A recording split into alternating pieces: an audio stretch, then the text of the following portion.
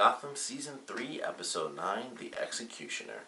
Now, this episode, I'm just going to jump straight to the ending. I was wrong. I did not expect them to put Barnes inside of Arkham Asylum. I really thought that it was going to be he's either dead or he is cured, or, they find a cure or whatever because of the character, or the actor, I should say, because it's Michael Chiklis, and I was like, they wouldn't have that caliber of actor just relegated to scenes where he's just in there every once in a while. He's not like, like the guy, because I actually don't know a lot of the people. I don't really know anyone's name outside of Michael Chiklis, because I've known him in a bunch of different things. But like the guy who played Ed, he's the main character in the show. But him being in Arkham and showing up every once in a while made a lot of sense. Or having Tetch, just he was the main villain for a little minute. But then, him being relegated to Arkham Asylum, so he shows up every once in a while, makes a lot of sense. So Michael Chiklis being sent to Arkham and him showing up, every once in a while, I wasn't expecting that. I thought it would either be he gets cured or he gets killed. And that's what I thought they were going to do for sure. I was like, it's going to be one or the other. And I'm excited to see where they take it now. He's still really messed up. Everyone knows that he is, infected with the virus, so it's not just, he ended up just flat out murdering a bunch of people. He was infected, so it's not that's why he should go to Arkham Asylum. But I liked it. I thought it was good. The way it all was playing out, where he's basically just going after people, and he's kind of setting up Jim, where he's like, I know you were looking into me, as it kind of all starts to play out. And it was just entertaining going through it, honestly. Like, he does the fake address and everything, and Jim, he makes the phone call. He's like, oh, is that what I said? And then he gives, like, the other address. He's like, oh, it's just an honest mistake. So I like what they did with that, where he's going through, and he's like, I'm disappointed in you, Jim, because you didn't take, like, my witness statement, all those witnesses, and you didn't get everyone's statement. And he's like, I meant mine. He's like, oh. So he's trying to kind of bait him into saying, like, I know you're the one that killed this guy. So I just like how it was playing out. He's like, were you in the bathroom and stuff like that? Did you see this or did you do that? And it just keeps going until eventually they get to the random dude. He's like, you may not have killed anyone, but you're not innocent. And of course, he just blows the guy away, and then he points the gun at Jim, and he kind of goes through the monologue thing a little bit, and he's like, hey, this is how it is. You can either be on my side or be against me. Jim decides to be against him, which, one of the things that I thought was a missed opportunity, like, out of the whole episode, unless I missed it, which I don't believe I did, there wasn't a single point where, as they're going through this conversation of, we're the law and this and that, it was brought up, like, once, but it was brought up for, like, one specific thing, and that was Barnes mentioning Jim killing Galavan. And I was like, man, I felt like he should have mentioned way more stuff. I guess technically that's the only murder that he really knows about. He doesn't know about, like, that random first guy that he killed. But I was thinking, like, man, all that stuff that Jim did, even in this season, where he was just, like, the random cowboy character just going around getting bounties and stuff, he technically wasn't, like, murdering those people. The only guy that died was, like, that killer crocodile dude who got hit by the truck. But he didn't seem to mention anything outside of the Galavan and stuff. I'm like, Jim kind of went nuts a bunch of times. Like, he didn't bring up, like, that flamingo guy when Jim, like, was losing it. He put his gun in that guy's mouth and was about to pull the trigger. Like, they didn't mention any of that stuff. It was just like, yeah, remember Galavan? And then he mentioned it later on.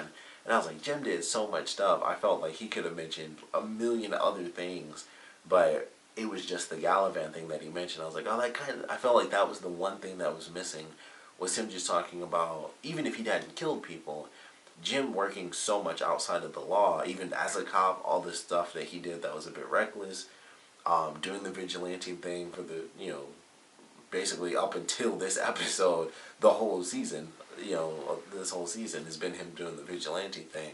So I felt like they could have mentioned all that stuff, but it was just like the Galavan thing, and I was like, man, he did a lot of other stuff. I know this is about, him Barnes killing people, but there's other ways to, be a cop and still break the law, and I felt like Jim kind of did every last one of those things, both cop and bounty hunter wise. So that was honestly, I guess that's really like a nitpick, but I was like, that was the one thing I wish they did, was bring up more stuff where it was like, you did this, but what about all those other times you thought about it? Like, don't you wish you did that, this time or that time, or don't you wish you got rid of this person when you had the chance? Little stuff like that, just to kind of push it a bit further. But it was just like, what about the Galavan thing? And then, of course, Jim kind of just avoided it until the second time. So I was like, I wish he brought up more of the crazy stuff Jim did. But other than that, it was still great. They go through, and of course, he's pulling the gun on him. And then, excuse me, the random guy comes around when Barnes has the gun on Jim. And that scene didn't go at all like I was expecting. I thought, Jim's going to wrestle with Barnes. He's going to try to get the shotgun out of his hand. And Jim bolted. Like, Barnes aimed at the one guy, because of course he comes in and he spots these two cops, or of his view, it's just two random dudes. One of them has a shotgun. And Jim just took off. He was like, well, I'm out. And he just ran towards the window and he jumps out and he takes off. And I thought that was so funny, because I thought for sure he was going to like try to wrestle the shotgun out of his hand and they'd fight a little. And then he'd take off. I figured he wouldn't like get him, because it was still pretty much the first half of the episode. But he jumped out that window and he took off. I thought that was so funny for some reason. I was like, wow, he just dipped. He took off. So I thought that was really funny when it happened. But then he's on the run from Barnes and he's trying to get in touch with Bullock. And now, by the time he does that, all of the GCPD is on Barnes' side, because Barnes lies and says he killed this guy and tried to kill him. So everyone's about to go after Jim. Bullock has to, of course, go to Lee so that they can both help him, because they're, as usual, the only two that can do anything to help him. Although I thought this may have been a perfect moment to have Lucius show up, just, I guess, for whatever reason. I feel like it's really weird. We never see him, and they're always in the GCPD, because I mentioned that before. The first time they mentioned that, I was like, oh, that's cool. We'll get to see Lucius more. And we've only seen him, like, once or twice, I think, since they mentioned that he was working at the GCPD. We've only actually seen him once or twice out of like all these episodes. So it's so weird when he's not in there. It's like we spent all this time at the GCPD, especially the last few episodes, and he barely seems to show up. It's just so weird. And I still don't really know what he does. I think, well, Lee's still the medical examiner, so I have no idea what the heck Lucius does. I think he's pseudo-tech something. I don't know. But still, he works there, so it's just weird that he's never showing up. But, of course, they end up helping him. They get the GCPD on his side, and Barnes kind of loses it, and he ends up getting shot in the arm, so he's sent to Arkham Asylum. So now they have no chief, which, like I said, I figured if that happened, then they would do it where Bullock takes over. It might not be until the next episode, or maybe even the one after that, but I think that's where they're headed. They might do it where he eventually takes over, because everyone's like, hey, you did a great job before.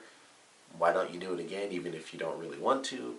And I feel like that's where it's headed. Or they will just get another new character to go through the chief thing, which they're still doing, technically. And I was like, it would be crazy if that became like their weird tradition where it's like you get like a season and a half, or like just a season and a half, to be the chief of the GCPD, and then you're either killed off or you're deemed insane, so you're, taken out of the position and put into a lesser part of the show.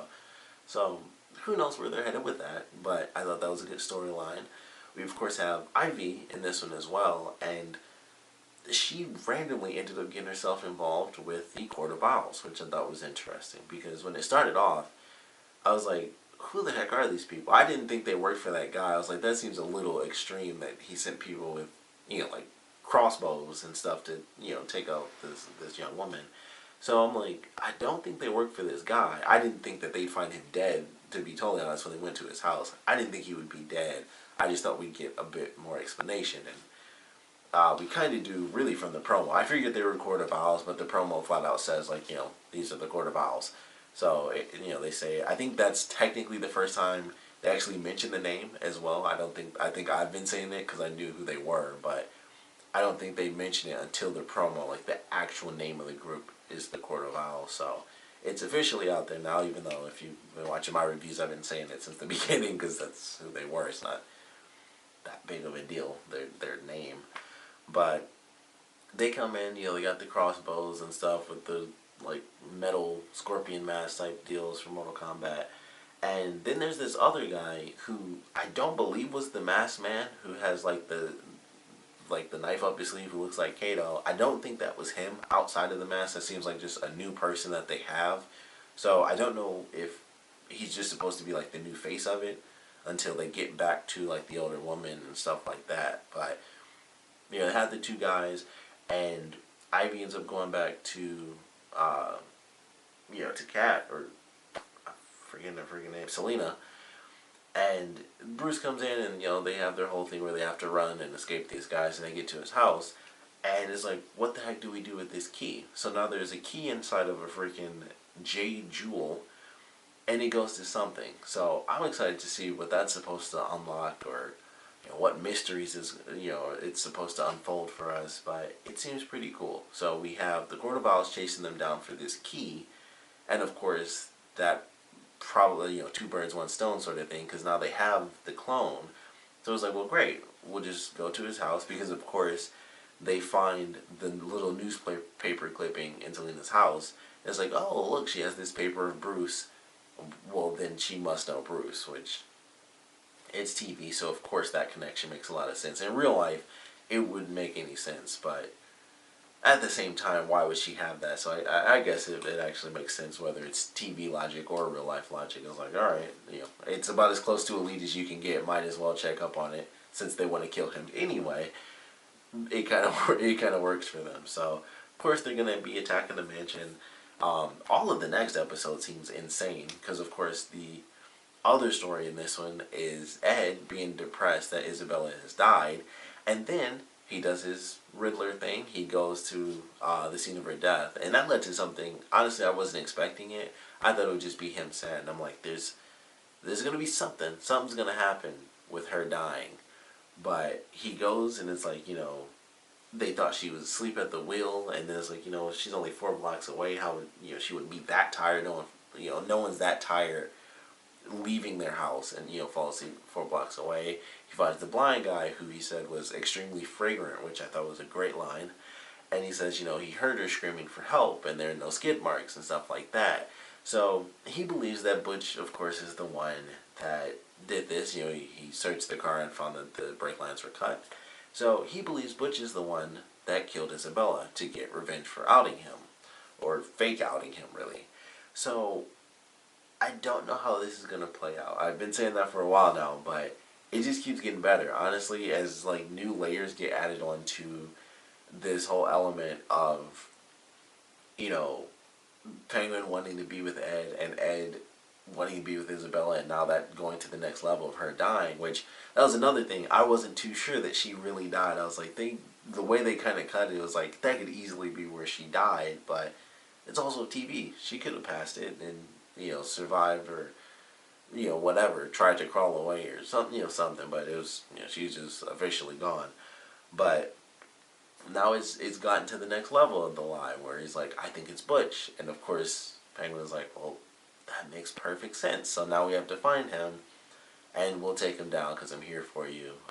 He has the little painting thing, which I thought was really funny, and it's just like, it's this portrait of Penguin, and then it's just Ed, like, in the background. He's kind of just like leaning over and smiling. I thought that just looked so funny. It's like, it looks so weird. Like, he's not even standing or posing. It's just like he's just leaning over into the shot, and I was like, that actually just looks really funny to me. So they're going to the next level with that.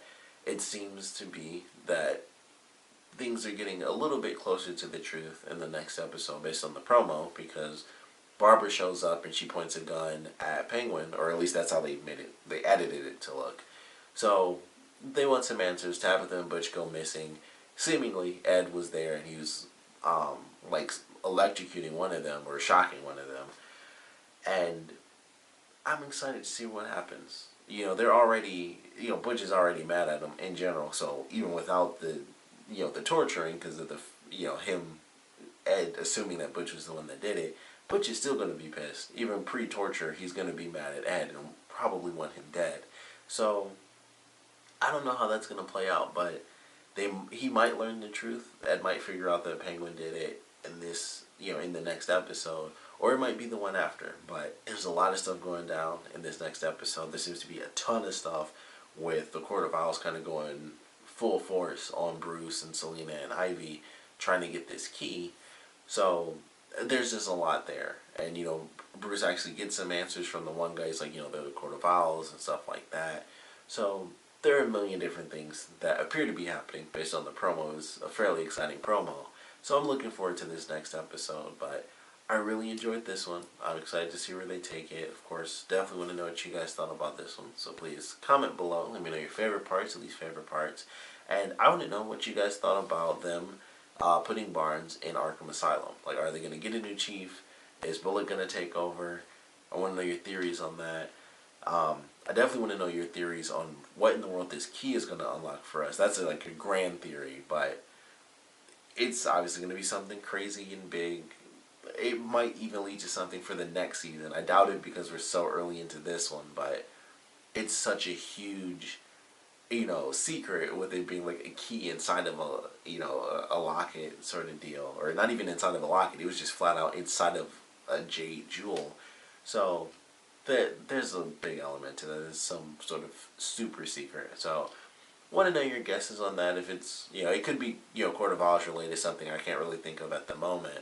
But Court of Owls related, anything you can think of here from, like the Batman universe that could be here with Bruce, obviously pre-Batman, something that makes a lot of sense to still be in that place. Or it could be something outside of it. They've done that already, where they killed characters that should live. So, every time I think like it has to fall in line, I'm like, oh yeah, they killed that guy and he lives technically. So, I guess it doesn't have to fit in the timeline necessarily, but I do want to know what you guys think it unlocks. How you guys feel about Barnes being put into Arkham Asylum, and what you guys think about this episode in general. So please comment below, let me know, and thanks for watching.